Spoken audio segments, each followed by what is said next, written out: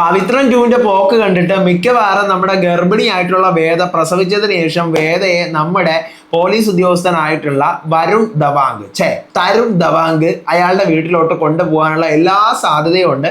കാരണം തരുണിന്റെ അമ്മയുടെ അടുത്ത് എല്ലാ രഹസ്യങ്ങളും വേദ തുറന്ന് പറഞ്ഞു കഴിഞ്ഞു. അപ്പൊ തരുൺ വരട്ടെ, കാര്യങ്ങളെല്ലാം നമുക്ക് ശരിയാക്കാന്ന് പറയുമ്പോൾ വേണ്ട വേണ്ട എന്ന് പറയുന്നുണ്ട് നമ്മുടെ വേദ.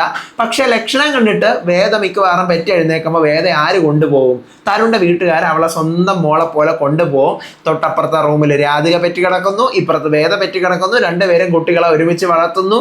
അങ്ങനെ കുട്ടികൾ വളർന്ന് വലുതാവുന്നു. ഈ കുട്ടികൾ തമ്മിൽ അങ്ങോട്ടും ഇങ്ങോട്ടും മാറുന്നു. വിക്രം തിരിച്ച് ജയിലിൽ നിന്ന് ഇറങ്ങുന്നു. അങ്ങനെ മൊത്തം അടിപൊളി ഇനി വേറെ ലെവലാണ്. സത്യം പറയാമല്ലോ, പവിത്രം ടൂവിന്റെ ഓരോ എപ്പിസോഡുകൾ കാണാനും ശരിക്കും അതിമനോഹരമാണ് മക്കളെ. നിങ്ങൾ ഹോട്ട്സ്റ്റാറിൽ പോയി കഴിഞ്ഞാൽ നിങ്ങൾക്ക് കാണാൻ പറ്റും.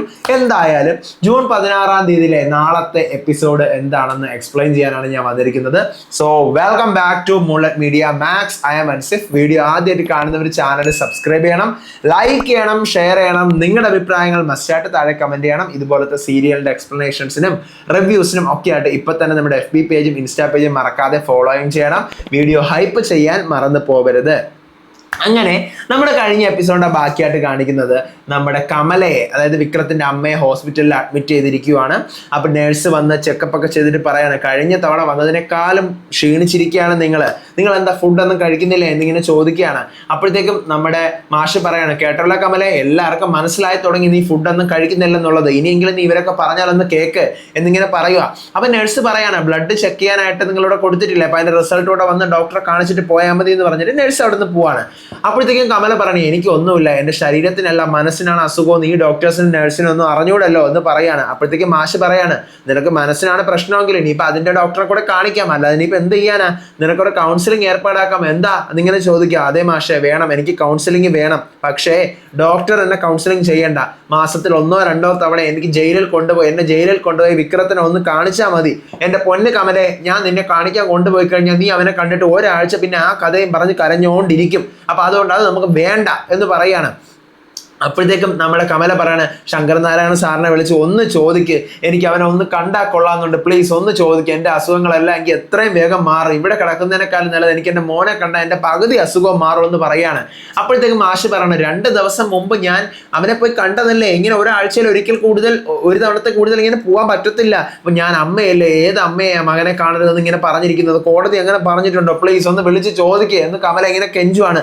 ആ ശരി എന്ന് പറഞ്ഞ് നേരെ എന്ത് ചെയ്യാണ്, നമ്മുടെ മാഷ് ഫോൺ വിളിക്കുകയാണ് വേദയുടെ അച്ഛനെ. എവിടെയാ? അത് ഞാൻ ഹോസ്പിറ്റലിലാണ്. ഹോസ്പിറ്റലിൽ എന്ത് പറ്റി?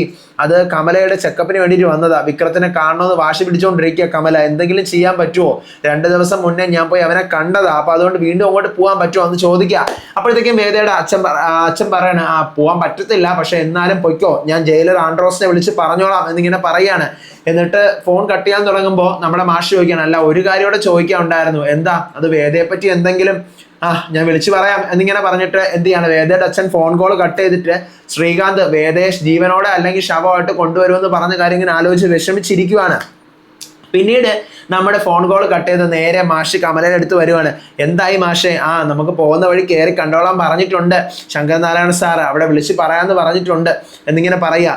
എന്നാലും വേദയുടെ കാര്യം ഞാൻ ചോദിച്ചു, പുള്ളിക്കാരനും അറിയത്തില്ല എവിടെയാണ് വേദ എന്നുള്ള കാര്യം. അപ്പോഴത്തേക്കും കമല പറയണേ, എനിക്കും ആ കുട്ടിയുടെ കാര്യം ഞാൻ എല്ലാ ദിവസവും ആലോചിക്കാറാണ്, എനിക്ക് ഒരു എത്തും പിടിയും കിട്ടുന്നില്ല, വേദ എന്തിനാ ഇത് ചെയ്തത്, നമ്മളെയൊക്കെ വിട്ട് അവൾ എന്തിനാ പോയത് എന്നിങ്ങനെ ആലോചിച്ചുകൊണ്ടിരിക്കുവാണ് നമ്മുടെ കമല ആ കാര്യം പറയുന്നുണ്ട്. പിന്നീട് കാണിക്കുന്നത് നമ്മുടെ ജില്ലാ ജയിൽ തിരുവനന്തപുരമാണ്. അവിടെ നമ്മുടെ ശോഭി തിലകനാണ് അവിടുത്തെ മെയിൻ ആള്, ജയിലിലെ മെയിൻ ആള്. അപ്പൊ അങ്ങോട്ടേക്ക് നമ്മുടെ ഒരു പോലീസ് ഉദ്യോഗസ്ഥൻ വന്നിട്ട് പറയണ, സാർ വിക്രത്തിന്റെ അമ്മയും അച്ഛനും കാണാൻ വന്നിട്ടുണ്ട്, പറഞ്ഞു വരട്ടെ, വിസിറ്റിംഗ് ടൈം അല്ല ഇപ്പോ ഒന്ന് ചോദിക്കുക. അപ്പോഴത്തേക്കും നമ്മുടെ ശോഭി തിലകൻ പോലീസാണല്ലോ, പുള്ളിക്കാരൻ പറയാണ്, താനിവിടെ എല്ലാ കാര്യവും എന്താ പറയുക, ഡ്യൂട്ടി ഇവിടെ സർക്കാർ പറയുന്ന പോലെയാണോ ചെയ്യുന്നത്, കൃത്യമായിട്ടാണോ? അല്ലല്ലോ, ഒന്നുകൊണ്ട് കാണിച്ചിട്ട് പോടോ, താൻ തന്നെ പണി നോക്കി പോടോ എന്നിങ്ങനെ പറയാം. അങ്ങനെ വിക്രത്തിനെ കാണാനായിട്ട് വെയിറ്റ് ചെയ്യുവാണ് നമ്മുടെ കമലയും മാഷും കൂടി. അപ്പൊ വിക്രം വരുന്നു. വിക്രത്തിനെ കാണുമ്പോൾ തന്നെ കമല ഭയങ്കര കരച്ചിലാണ്. അമ്മ ഇങ്ങനെ കരയില്ലേ, കണ്ണ് തുടക്ക്, അമ്മയും കൂടെ ഇങ്ങനെ കരഞ്ഞു കഴിഞ്ഞാൽ എനിക്കിവിടെ പിടിച്ചു നിൽക്കാൻ പറ്റത്തില്ല എന്നിങ്ങനെ പറയാണ്. അപ്പോഴത്തേക്കും പറയണേ, മോനെ നിനക്കിവിടെ സുഖമാണെന്ന് ചോദിക്കാൻ പോലെ എനിക്ക് കഴിയില്ലല്ലോ, കാരണം നിനക്കിവിടെ സുഖമല്ലെന്ന് എനിക്ക് നല്ലപോലെ അറിയാമല്ലോ. അപ്പോൾ വിക്രം പറയണേ, അമ്മ എനിക്കിവിടെ കാര്യമായിട്ട് എനിക്കിപ്പോൾ അസുഖമൊന്നും ഇല്ലല്ലോ, അമ്മ മരുന്ന് കഴിക്കണം, അച്ഛൻ എൻ്റെ അടുത്ത് വന്നപ്പോൾ പറഞ്ഞായിരുന്നു അമ്മ ഇവിടെ മെഡിസിൻ കഴിക്കണം, അതുപോലെ തന്നെ ഫുഡ് കഴിക്കണം, അമ്മ എന്തിനാ അമ്മ ഇങ്ങനെയൊക്കെ നിൽക്കുന്നത് എന്നിങ്ങനെ പറയാം. നമ്മൾ ഒരുമിച്ച് എല്ലാവരും കൂടി ജീവിക്കുന്ന ഒരു ദിവസം വരും അമ്മ, അമ്മ വിഷമിക്കാതിരിക്കെ. ഞാൻ ആരെയും കൊന്നിട്ടില്ല, എൻ്റെ മനസാക്ഷിയുടെ കോടതിയിൽ ഞാൻ നിരപരാധിയാണ് അമ്മേ. ഞങ്ങളെയൊക്കെ കൊല്ലാനായിട്ടാ അവരങ്ങോട്ട് വന്നത്. അത് തെളിയിക്കാൻ വേണ്ടി തീരുമാനിച്ചപ്പോൾ കോടതി നമുക്കെതിരെ തിരിഞ്ഞു. നമുക്ക് എന്ത് ചെയ്യാൻ പറ്റും? അപ്പോൾ മാഷ് പറയാണ്, മോനെ എല്ലാം മാറി ശരിയാവുന്ന ഒരു ദിവസം വരും. ചിലപ്പോൾ നിരപരാധികളെ കുറ്റം ചെയ്തവർ ശിക്ഷിക്കപ്പെടാൻ ദിവസങ്ങൾ എടുത്തെന്ന് വരും. പക്ഷെ അങ്ങനെ ഒരു ദിവസം വരാതിരിക്കില്ല എന്ന് പറയാണ്. അപ്പോഴത്തേക്കും കമല പറയാണ്, അങ്ങനെ ഒരു ദിവസത്തിന് വേണ്ടി ഞാൻ ഇവിടെ ജീവിച്ചിരിക്കുന്നുണ്ടോ എന്ന് ആർക്കറിയാം.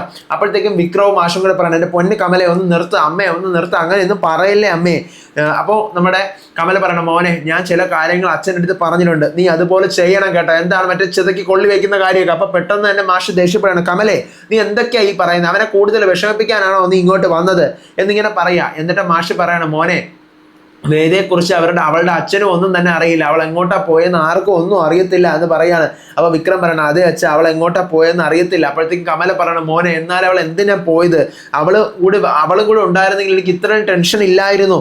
അപ്പോഴത്തേക്കും നമ്മുടെ വിക്രം പറയണം, അമ്മേ അവൾ വരും, ഞാൻ ഈ ജയിലിൽ നിന്ന് ഇറങ്ങുന്ന ദിവസം അവൾ വരുമെന്ന് എൻ്റെ മനസ്സിൽ എനിക്കറിയാം. കാരണം ശ്രീകാന്തിൽ നിന്ന് ഒളിക്കാനാണ് അവൾ ശ്രമിക്കുന്നത്, അവളെയാണ് ലക്ഷ്യം വെച്ച് കൊല്ലാൻ വേണ്ടി നടക്കുന്നത്. അപ്പോൾ അതുകൊണ്ടാണ് അവൾ അങ്ങനെ നടക്കുന്നതെന്ന് പറയണം. അപ്പോൾ കമല, എനിക്ക് അവളെ കാണാത്തതുകൊണ്ട് എനിക്ക് ടെൻഷൻ ഉണ്ട് എന്നിങ്ങനെ പറയാം. എന്നിട്ട് പെട്ടെന്ന് തന്നെ ചുമക്കുകയാണ് നമ്മുടെ കമല. അപ്പോൾ അച്ഛാ അമ്മയെ കൊണ്ടുപോയിക്കോ, അമ്മക്ക് ഇനി ഇവിടെ നിന്ന് കഴിഞ്ഞാൽ വയ്യാതാവും. ഇല്ല മോനെ, എനിക്കൊരു കുഴപ്പമില്ല, നീ പറഞ്ഞ പോലെ ഒരു പക്ഷേ അവളെ നീ ഇറങ്ങുന്ന ദിവസം വരുമായിരിക്കും. ആർക്കും അറിയില്ലല്ലോ അവൾ എവിടെയാണെന്നുള്ള കാര്യം. അപ്പോഴത്തേക്കും നമ്മുടെ മാഷ് പറയണ, പക്ഷെ അവളെ തേടി നടന്ന ആർക്കും ഇതുവരെ അവളെ കിട്ടിയിട്ടില്ല എന്ന് പറയാ. അപ്പോഴത്തേക്കും വിക്രം പറഞ്ഞ, അച്ഛാ അവള് ബുദ്ധിയുള്ള പെണ്ണാ, അവൾക്ക് അറിയാം, അവൾ സ്ട്രോങ് ആണ്, സമയമാകുമ്പോൾ അവൾ വരും, നോക്കിക്കോ അമ്മ ഇനി അടുത്ത തവണ എന്നെ കാണാൻ വരുമ്പോൾ ചിരിച്ച മുഖത്തോടെ വേണം വരാൻ എന്നിങ്ങനെ പറയാണ്. അപ്പോൾ പോലീസുകാരൻ പറയാം, സമയം കഴിഞ്ഞ് പോ എന്ന് പറയാം. പക്ഷെ അവർ വീണ്ടും സംസാരിച്ചുകൊണ്ട് നിൽക്കുകയാണ്. അപ്പോൾ അടുത്ത തവണ അമ്മ എന്നെ ചിരിച്ച മുഖത്തോടെ കാണാൻ വരണം, ഫുഡ് കഴിക്കണം, മെഡിസിനൊക്കെ അമ്മ കൃത്യമായിട്ട് കഴിക്കണം എന്ന് പറയാം. അങ്ങനെ കമല വീണ്ടും കരയുവാണ്. അപ്പോൾ പോലീസ് ആ മതി പോകാൻ പറയുന്നു. അങ്ങനെ വിക്രവും പോകുന്നു. അവരും കരഞ്ഞുകൊണ്ട് ഇങ്ങനെ എന്ത് ചെയ്യാണ്, മാഷിന്റെ നെഞ്ചിൽ ചാരി നിന്നിട്ട് അവർ അവിടെ നിന്ന് പോവാണ്. പിന്നീട് കാണിക്കുന്ന നമ്മുടെ ഹോസ്പിറ്റലിലെ ഗുണ്ടകള് റൂമുകളെല്ലാം കയറി തപ്പിക്കൊണ്ടിരിക്കുകയാണ്. വേദ കിടന്ന് ഉറങ്ങുന്നുണ്ട്. അപ്പോൾ തൊട്ടപ്പുറത്തെ ബെഡിൽ രാധിക കിടന്ന് അമ്മേ എന്ന് പറഞ്ഞിങ്ങനെ വിളിക്കുന്ന ശബ്ദം പെട്ടെന്ന് വേദ കേൾക്കുവാണ്. അങ്ങനെ വേദ എഴുന്നേറ്റത് എന്താന്ന് പറഞ്ഞ് നോക്കുമ്പോൾ രാധികയുടെ അടുത്ത് ആരുമില്ല. രാധിക ഉറക്കത്തിൽ കിടന്ന് അമ്മേ എന്ന് വിളിച്ചുകൊണ്ടിരിക്കുക. അപ്പം നേരെ നമ്മുടെ വേദ എഴുന്നേറ്റ് വരുമ്പോൾ എന്താ അമ്മ എവിടെ എന്നിങ്ങനെ ചോദിക്കും. അമ്മ ഇവിടെ ഉണ്ടായിരുന്നു, അമ്മ പുറത്ത് പോയതാ, എന്താ വേണ്ടേ? അതെനിക്ക് വെള്ളം വേണമെന്ന് പറയാം. അപ്പം ഞാൻ എടുത്തു തരാം എന്ന് പറഞ്ഞ് വേദ അവിടെ ഇരുന്ന് എന്ത് ചെയ്യുക, നിറവയറുമായിട്ട് വയറിൽ താങ്ങി പിടിച്ചുകൊണ്ട് വെള്ളമൊക്കെ എടുത്ത് കൊടുത്ത് കുടിക്കുകയാണ്. അപ്പോൾ വീണ്ടും എഴുന്നേക്കാൻ തുടങ്ങുകയാണ് രാധിക. വേണ്ട, എഴുന്നേക്കണ്ട, കിടന്നോ എന്ന് പറയാം. എന്താ പേര്? എൻ്റെ പേര് വേദ. അത് ഞാൻ എനിക്ക് അറിയാം, കൂടുതൽ സംസാരിക്കണ്ട, എൻ്റെ അടുത്ത് എല്ലാം അമ്മ പറഞ്ഞിട്ടുണ്ട്, രാധിക കിടന്നോ എന്നിങ്ങനെ പറയാണ്.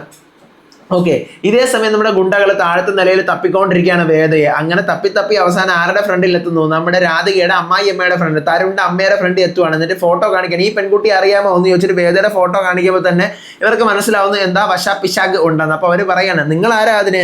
ഓ, അപ്പൊ നിങ്ങൾക്ക് അറിയാം അവൾ ഇവിടെ തന്നെ ഉണ്ടെന്നല്ലേ? അല്ല, നിങ്ങൾ ആരാന്ന് പറ. ഈ സമയത്ത് ഇങ്ങോട്ട് കയറി വന്നിട്ട് പിന്നെ ഇങ്ങനെ ചോദിച്ചു കഴിഞ്ഞാൽ ശരിയാവത്തില്ലല്ലോ എന്നിങ്ങനെ ചോദിക്കുക. അപ്പൊ ഇതേ സമയം നമ്മുടെ വേദ എന്ത് ചെയ്യുവാണ്, രാധിക അവിടെ റൂമിൽ കിടത്തിയിട്ട് മുകളിലത്തെ നിലയിൽ നിന്നും താഴത്തേക്ക് ഇങ്ങനെ പടിയിറങ്ങി വരുവാണ്. അപ്പൊ ഈ പടിയിറങ്ങി വരുന്ന ആ നിലയിലാണ്, ആ പടിയുടെ അവിടെയാണ് നിൽക്കുന്ന ആര്, ഗുണ്ടകളും ഈ പറയുന്ന നമ്മുടെ രാധികയുടെ അമ്മായിയും കൂടി.